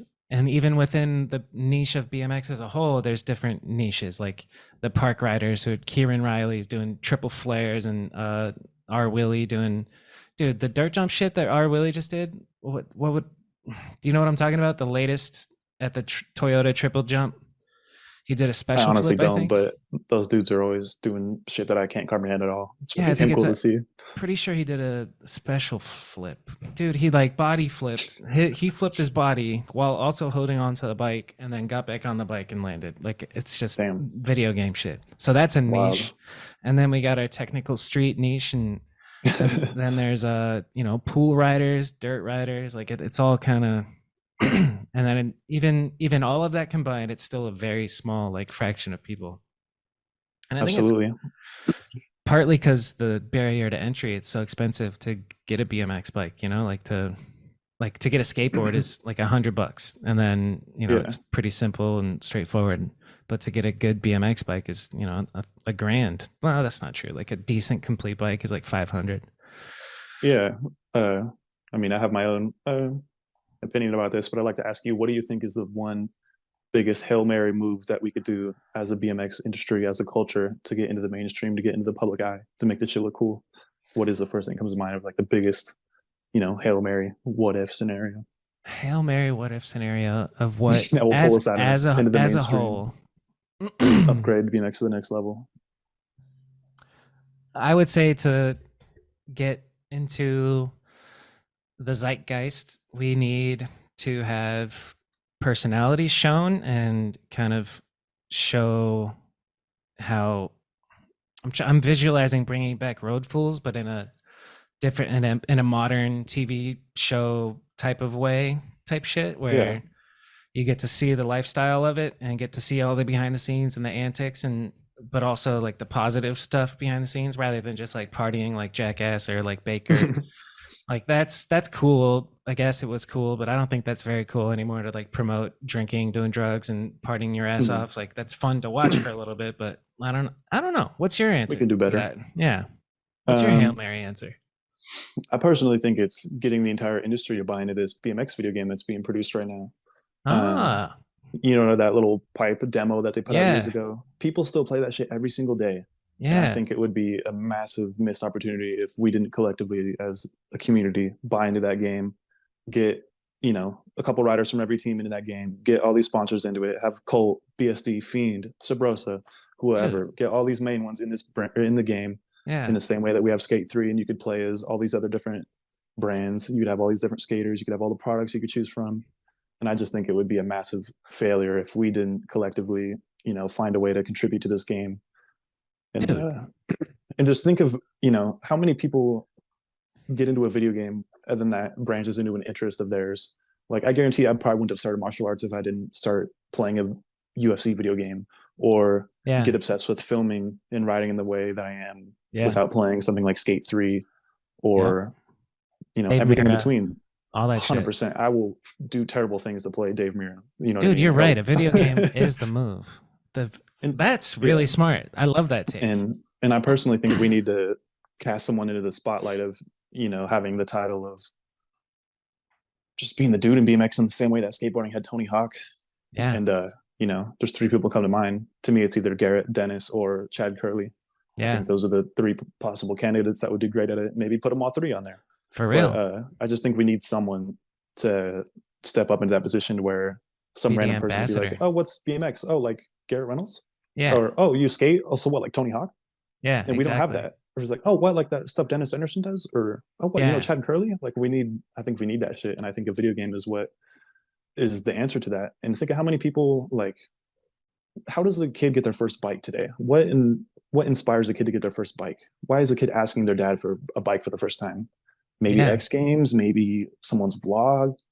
It's not like video parts aren't putting kids onto bikes. No. And in order to keep the integrity of what we do, I think we need to, have a video game that displays how you film a video part, and you could even have like challenges in the game to where your main accomplishment is getting out of your hometown and filming a video part and getting noticed and all this shit, and just putting it into a spotlight and showing kids like there's a path to do this, there's a way to become a professional, there's a way to make money through this, and it's an incredibly fun culture, and just show the camaraderie and all that through a video game. And I think that if you could get a 10-year-old kid playing a video game, he's inevitably gonna have fun with it and think, oh, maybe I want to do this in real life. Why am I playing the video game when I can do this in real life? I want to go get a bike. I should tell my friends to get a bike. I really liked seeing Garrett in that video game, so I'm gonna get a Fiend. Or Dakota Roche was sick in that video game. I love that. I want to get a cult bike or any of that shit. And I just think that that's missing. And the game is being produced right now. There's people working on this shit right now. Yeah, it's all DIY still, right? How long? It's been going for 5 or 6 years, I think, at this point. I remember when it first came out, I was like, oh shit, cool. And like to start producing a video game is so wild. And I have a lot of ideas about online competition in the video game. I should probably save that for an email chain or something. Yeah, I don't know if I should give out all the ideas I have, because people could probably take it. But dude, that's great. I don't know what we need to do. Are you in contact with the guy? No, but I need to be. I'm inviting anyone right now. If you want to get involved with this shit, let's start getting email chains going. Let's start figuring out how much each brand needs to pitch in. See if we can collectively agree on a number that we can pitch in to get our shit in the game, instead of having the mindset of, well, how much is this going to make me? Right. Start thinking about, what can we do for BMX? What can we, That's do to put us BMX in the spotlight in a cool you. way? Yeah. What can we do for BMX? Yeah, exactly. That's a great idea. Dude, I really love that idea. Let's do that. Industry heads, let's start let's go. Let's get some email chains. Let's start doing this. We got to start coming juiced up now. Let's go, baby. That's such a good idea, man. Thank you. I've been trying to have this conversation with anyone who's willing to listen. Anyone. I was just talking to Wes McGrath about this too. Like, what do you think about this? Or, I've been talking Garrett's head off about it. I want him to be on the cover of it. I could totally see that. It's either Garrett or Dennis or Chad, like you said, or Nathan comes to mind. Marketability wise, I think either Dennis or Garrett and Chad, dude. Chad's got the personality for it. They 100%. All can do everything. Like they can ride anything and everything. I could also see like in a different realm, because it's not so much street, but like our Willie has a lot of mass appeal. Like the Nitro Circus shit is a kind of it's not something you can ignore. So he would hopefully be a part of it. And just like Skate 3, there's like mega ramp parks, but then there's also, it's just a free open world, and you can make of it what you will and go ride the dirt jumps and do the crazy R Willie shit, or you can stick to the streets and have a Tony Ennis character just smoking cigs filming you, dude. It's so good. Yeah, I love that idea. Absolutely. And I think competitiveness is a key aspect to any video game. And imagine if you could play a game of bike with your homie virtually, and you guys for real, put it in an online pool and be, pitted against people one-on-one. And my main thing is, imagine if it was, I don't know, a Dennis Anderson Street BMX or a Garrett Reynolds Street BMX, and to have, one of these people like Red Bull or X Games buy into it. I mean, think with Garrett, he's the most winningest X Games athlete of all time. Yeah. Why wouldn't you want to have an X Games video game with him on the cover or some shit? For real. And, I love that. I mean, imagine if you could play a contest format against 6 other people in an online group chat, and you guys are all doing runs together, competing in an X Games style format, talking shit to each other over the mics, getting scored live. You know what I mean? And you could have like ranked shit. You could be like the best contest rider virtually, and you'd have your own little ranking, and everyone could compete for the rankings. Dude, you're sparking the gamer in me. I'm getting juiced up. I'm so excited. That's fucking awesome. I got my. Let's make it happen. I'm ready to go, dog. Let's go. Yeah. We could end on that, man. That's fantastic. Shit. So if anybody out there knows the guy, I'm the guy who's producing the Pipe BMX, and I don't know, what are the next steps to get that done? I don't know, but I think maybe this conversation sparks it. We'll clip this shit out immediately and put it on the IG and get the conversation rolling at least. Dude, I'm not lying. That's a great idea to get BMX to do something for BMX and get new eyeballs on it and get the next generation stoked. And yeah, great idea, Johnny. You're fucking. And I mean, you're a wizard. What else are we doing besides trying to get kids into BMX, get kids their first bikes? I mean, technically that's all what we're doing as pro riders, is to try to sell bikes, inspire the kiddos. That would be more beneficial to it's huge. Get kids wanting to buy BMX bikes than having a video game that they can play. Yeah. And Shit. but yeah, I don't know I what love else it. to do. That's why I'm just trying to bring it up. I'm trying to talk to anyone that I can about it. And yeah, You let's just start gotta, any you gotta, industry heads. Let's start pulling together. Let's start getting one big ass group chat with all the important heads of all these brands, and just start. yeah. Let's talk numbers. How much is reasonable for everyone to pitch in? Let's Yep. come together from a common agreed number that we can pitch in. Yeah. So obviously, it's not like it's not like a Sunday BMX video game or like a cult game or Right. We gotta. You can have everybody involved, and dude, yeah. And now that makes me wonder, like, how much is it to actually produce a really well done video game? With technology these days, it's like so open source. Like, dudes can just create a video game at home at this point. And with AI coming out, we're about to go into some weird shit. AI can design a video game. Like, the future is wild. I hope that this BMX game. Do you know how to? I would like to play it. I'm on PC. It's called Pipe BMX. Yeah, I'm pretty sure they have a free trial that came out years ago, and it's probably like $10. But I mean, it's pretty bare bones. It's just like a couple little maps. But I mean, the trick, controls are all. Yeah. They all make sense. They're all already proper. And I mean, I'm sure that everything looks way better now than it does then after a few years of them working on it. And yeah, I mean, think of how much funding we could give them as a community to make that shit something really special. For real. And I mean, think of all these. If we did have a figurehead of the game, someone like a Dennis or a Garrett, and they have, Monster Money or Rockstar or Red Bull, right? X Games especially too. I mean, I'm sure we could find some big corporation to, help buy into this shit as well. I think a the big budgets are, is where Monster, Red Bull, and X Games and Vans probably has a little bit of a. Yeah, I didn't even think about that either. Yeah, amazing. All the shoe companies that could be involved, dude. I love it. The wheels are turning. Let's get the ball rolling. Let's go. We need the community to band together and let's make something special out of this shit. That's dope. Okay, before we leave though, we gotta do the standards. I don't know if you've listened to the show before, but yeah, Mount Rushmore. Hit me with it. Is that 5 names? 4. 4? Dylon. Shout out Dave Chappelle. Let's see. 4. Fuck. First people that come to mind is Dave Mira, Edwin De La Rosa, Van Homan, Garrett Reynolds. To me. But if you want to do street riding, the first one that come to mind are Edwin, Van, Garrett, someone like Donachie or Nathan. Yeah. Those are the ones that stand out to me. The first one that you said is probably the most reflective of all of the internet comments that I've seen when these Mount Rushmore clips get posted. That's everybody's cool. Like, why didn't you say Dave Mira? But you hit the nail on the head. Hell yeah. Dennis Emerson deserves to be involved in that conversation. 100%. So many people deserve to be involved in that, but those are the first ones. It's so tough to limit it down to 4. Somebody asked me on Instagram the other day to your 3 top riders, and I was just like, fuck, dude. Like, you're just like, oh, I'm leaving out Felix, I'm leaving out Jordan, I'm leaving out Johnny, I'm leaving out Colin. Like, there's so many high level riders that you end up leaving out. Okay. Yeah. So incredibly suggestive. It's hard. I mean, like, who's the best musician out there? I think you can't say that. It's all subjective. Yeah. I'd say the most accomplished winningest is Garrett Reynolds with the most X Games medals for sure. Right? More tricks invented than anyone. I mean, yeah, that shit is super impressive. But I think even more importantly, just the amount of tricks that he's, contributed to BMX is off the charts. And the amount of time he's been doing it too. Like, from when I started, he was already going, and that was 20 years ago. Like, he's the LeBron James. LeBron James is kind of impressive, the fact that he's still top of the game, and it's 20 years in the league now or more. Which Garrett, the fact that he's still progressing, and I'm sure he's sitting on an hour of footage with Tony that, like, oh man, I'm so excited, dude. Okay. Yeah.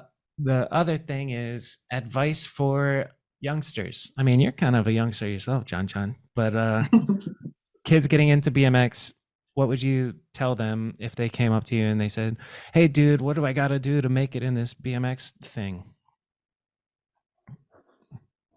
First of all, don't ask that question. I mean, if you really are into it and you really want to be someone like a professional level rider, I would say make sure that you love this shit more than anything else in your life. Because if you don't, if you're not obsessed with this more than anything else in your life, it is not going to be worth your time. This is way too hard. This is way too stressful. It's way too painful. It's way too dangerous. If this is not your main focus in life, what you want to do more than anything, then I would say don't try to become a professional.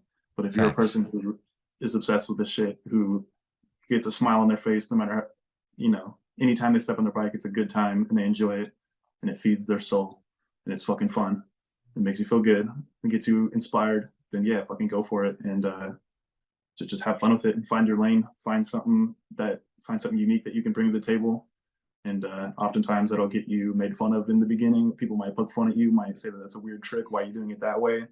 But you just got to find your lane, find the creative thing that you can bring and you can contribute to BMX and find some new shit to bring to the table. Which leads to another question. How do you handle when people pick on you and say, oh, you're being different or weird? And what have you learned from being a young gun, hanging out with the pro big dogs and how to interact and personality stuff and things to keep in mind and that type of mindset stuff? I don't know. I honestly, it's hard for me to say. I feel like I have a pretty traditional style. Only like out of the box shit I might do is maybe like some exit ride stuff or crank flips. But I'm not one of these people who's like goofy footed or all those things. So it's hard to say. But I encourage anyone to just pursue the thing that you have that's unique. If you're a goofy footed rider, be the best fucking goofy rider person in the world. If you are good at some random weird little trick, become the best in the world at that random little weird trick and see how far you can take it. It doesn't matter if someone else thinks it's cool. If you have fun with it and it feels good and it feels creative to you, then run it. Just have fun with that shit. And that's fire. If it's fun to you and it brings you joy and you're stoked on it, then whatever. That reminds me, when you say like get the best at one little trick, there's this dude on Instagram named Lil Slide. I don't know if you've seen him, but he does a 180 and then literally every single Instagram post is just like a cool long slider down a bank and then like over shit around corners. And then as soon as he turns out, he does a hop whip. Every single clip. I'm just like, I can't stop watching it. Every time he posts it, I'm like, I know it's coming, but this is dope. He's got the sliders on lock. I've seen another dude who keeps nose mailing upstairs. Shit like that. Like, dude. Nose mailing upstairs is unreal. Figure that shit out. Run it to the fullest extent. See how long you can, see how far you can take that trick. And lean into it. It's fun, make sure you're enjoying what you do. This shit's so stressful and hard on us already. Like, just have fun with it. Find a way to enjoy it. I love the way you think you're thinking about what you can do or what we can do for BMX, which is like, I think a huge piece of advice to kids, like Ronnie said, throw your own jam. Even if it's a small jam, start throwing jams, get the community together. Treat everyone with respect and, positive vibes. Obviously talk shit when it's fun and from a good place, but ask not what BMX can do for you, but JFK. And I mean, BMX is too small to be all clicked up and to be all combative and, for real hostile people. Like if you see a rider cruising around, you've never met him before, go say what's up. Go befriend a random dude at your skate park. If a random dude pulls up to your town on a bike, say what's up. Try to befriend him. Yes. I love making people feel good at the skate park, dude. Like the little kid at the skate park who's like trying really hard to learn how to Smith grind and then he finally gets it screaming for him, that's the best. Skate parks shaped my like social life from when I was 15 till 26. I was at the skate park every day. It's like a whole different world. You get to meet people from all different socioeconomic statuses and, different backgrounds. It's a melting pot. Skate parks are. It's dope. 100%. And I think you just have to be a unique person in general to be into action sports. Yeah. You're already, if this is your thing, you're already a pretty unique, interesting person. Facts. So it's so fun to, just meet all the different flavors of humanity through BMX. It's incredible how diverse it is. All right. Well, we can wrap it up, Johnny. Thank you for coming on. Fun chat with you. How long did we do? Almost 2 hours. That's a pretty good podcast. Very nice. As we wrap it up, I'll borrow a line from one of my favorite podcasts. Now that we're coming to a close, Johnny, what was your favorite part of this podcast? Being able to fucking chop it up with a person in BMX. I don't know. I live in a small town where I don't really get to talk about BMX to my friends very often. I don't really get to have a conversation where, we just chop it up, kick it, and talk about random bullshit. So Always That'll do it. enjoyed the chance to talk to my fellow BMX friends. All right. Anything to plug? You got more shit coming out in the future? Hello. Tweetskandamas.com, baby. Okay. OdysseyBMX.com, FiendBMX.com. Support us, support what we do. Like you just said, throw your own jam, make friends with your homies, befriend a random kid at the skate park, show people the right way to do shit, have fun. Stay healthy, be positive, etc. Did you say Vans BMX? Because do that too. Vans BMX. Vans BMX as well. Thank you. Gecko Hawaii, if you want some cool pants. Yes, Gecko Hawaii. Are they hooking you up with this? What's that? I want some. Are they hooking you up? How much are those pants? I'm finna buy some. You got a code? No, I should tell him though. Steve from Peep Game is friends with them, and I was just rocking the Peep Game collab, and the dude ended up reaching out and was like, "Yo, if you're friends with Steve, you're friends with me. Let me give you some stuff." Hell yeah, so, dude! I love them. They're thin, they're durable. I love that. Gecko Hawaii. And the first photo on their website is skating. So boom, they know what's good. Hell yeah. I think you might be onto something here with these pants. All right, you pajama panther. Thank you for coming on. I can throw head kicks in these things. I can do double crank flips in these things. I can do it all. You run a dojo. You should get them to make you a signature American flag one, so you can be that dude from that one movie. You know what I'm talking about? Napoleon Dynamite, right? Yes. Someone said that earlier today, and I read a comment and someone said that, and I didn't understand it, and then it just dawned on me right now that those are the pants you're talking about. Yep. Oh wow, that's hilarious. All right. Well, thanks for coming on. Appreciate your time, Bobby. Much later, guys. Like and subscribe, all that shit. Leave a 5-star review if you're listening on Apple Podcasts, please. It helps a lot. Please. All right. Later, guys. Hello, you've reached the end of the video. Thank you for tuning in to another episode of Kanode Knows. I hope you enjoyed that conversation with Johnny Raekes, and I'll see you next week where I talk to Joris Colomb. Stoked. Hope you guys have a good week. Thanks for watching. Appreciate all of you. Thanks for all the messages. Yeah, that's it. Later.